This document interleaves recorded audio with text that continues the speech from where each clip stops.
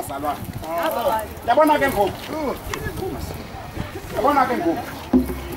Tasizawungena kwelikhaya.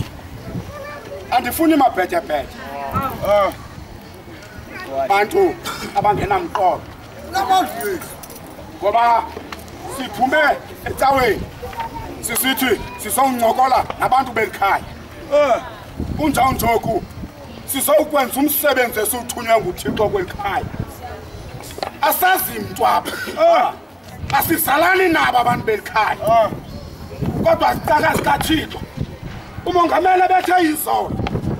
Uyanyanzeleka into kokuba siyeke ubuthina sibe sisicaka.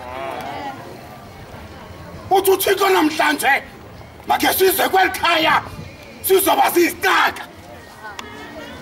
Sisiye ubuthina sibe sisicaka.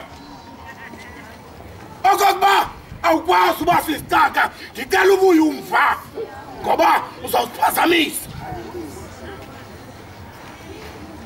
Okokuba le meko yelikhaya uzoyithathela kuwe ngicela ubuye umva. Sifuna isicaka esizawunyathela kwelikhaya. Mbongo kwathini? Ithingome namandla sizongena kwelikhaya. Hayi